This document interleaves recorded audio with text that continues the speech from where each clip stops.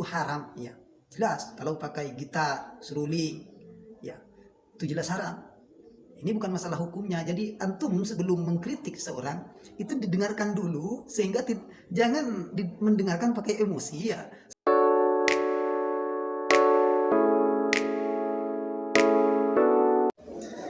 Bismillahirrahmanirrahim. Alhamdulillah wassalatu wassalamu ala Rasulillah Sayyidina Muhammad ibn Abdullah wa ala alihi wa sahbihi wa mawalah.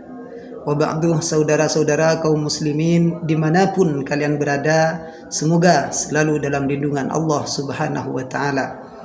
Ini saudara ya, kemarin viral Ustadz Idrus Romli mengatakan, membawakan hadis yang mana hadis tersebut berbunyi al-ghina yumbitun nifaq, kata Ustadz Idrus Romli. Jadi menyanyi itu bisa menumbuhkan atau menimbulkan atau menjadi sebab adanya penyakit nifaq.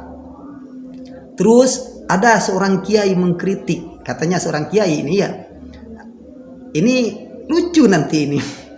Memang orang-orang makimat ini memang orang-orang lucu seperti. Dia mengkritik Kiai Idrus Romli.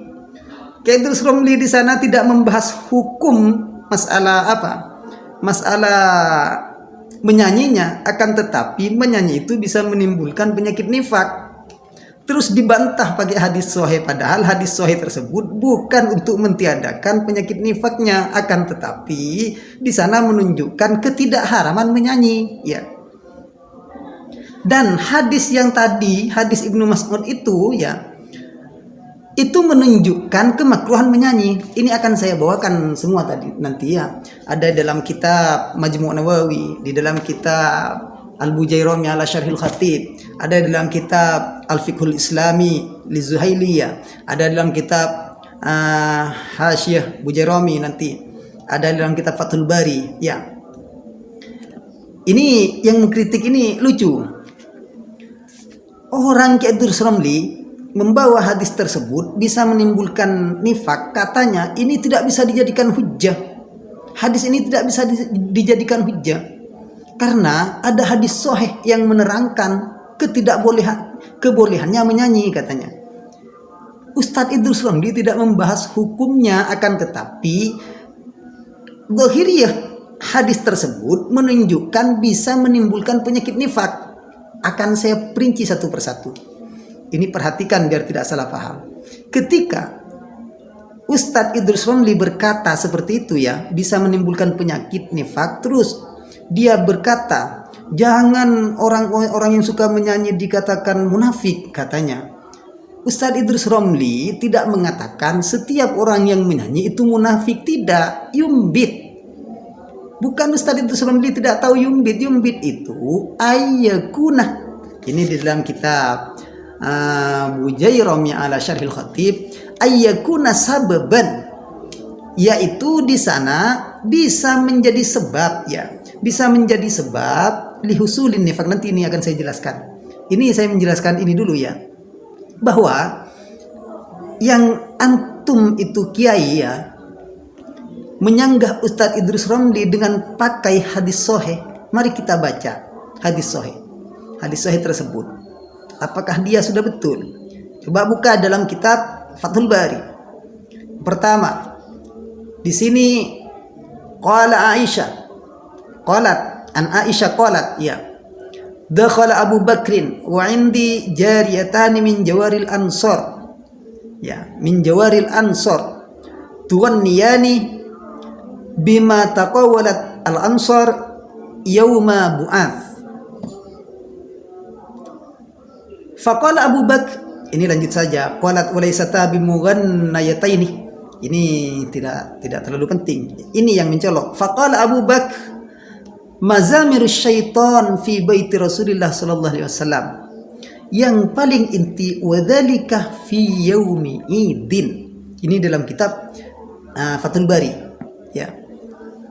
Jadi ketika Abu Bakar masuk ke dalamnya Rasulullah, kata Siti Aisyah, bahwa di dekatku, kata Siti Aisyah, ada dua orang perempuan yang sedang menyanyi, ya, dan nyanyian itu mengingatkan terhadap peristiwa perang Bu'ath, ya. Terus Abu Bakar berkata karena menyanyi dalamnya Rasulullah. Mazamirus syaitan, itu suruling-suruling setan, senandung-senandung setan fi baiti Rasulillah, kalian senandungkan di dalamnya Rasulullah. Ini tidak pantas. Di sini wadzalika fi yaumi idin, kejadian ini di waktu hari Id, Lebaran. Id itu Lebaran. Faqala Rasulullah sallallahu alaihi wasallam, kemudian Rasulullah berkata, ya Abu Bakar, inna likulli qaumin idan, setiap kaum itu punya Id, wa hadza iduna, sedangkan ini Id kita, Lebaran kita. Ayo, apakah ini menunjukkan, hadis ini menunjukkan bolehnya? Plong boleh menyanyi itu. Maka dijelaskan di dalam kitab Fathul Bari tersebut ini, fi hadzal hadis ar-rukhsatu lil jawari fi yaumil id fil la'ib wal ghina, ya, bi ghina'il a'rab, ya. Jadi hadis ini menunjukkan rukhsah, ya.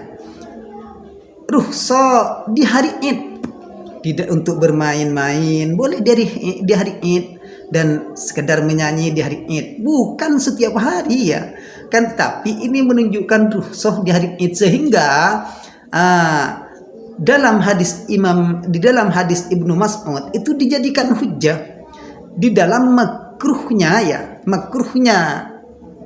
menyanyi. Hujjahnya makruh menyanyi, yaitu dalilnya.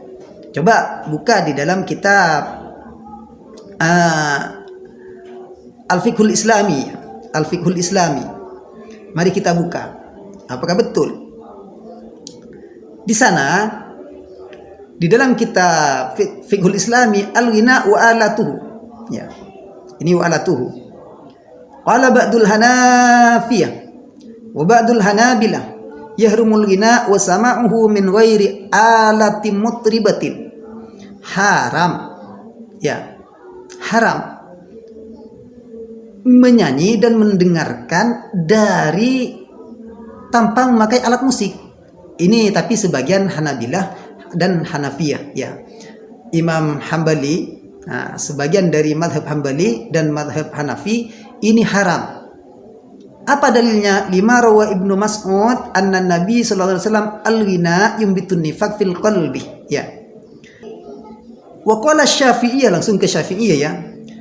Yukrahul ghina wa sama'uhu min wairi alatin mutribatin, tanpa alat musik, menyanyi tanpa alat musik.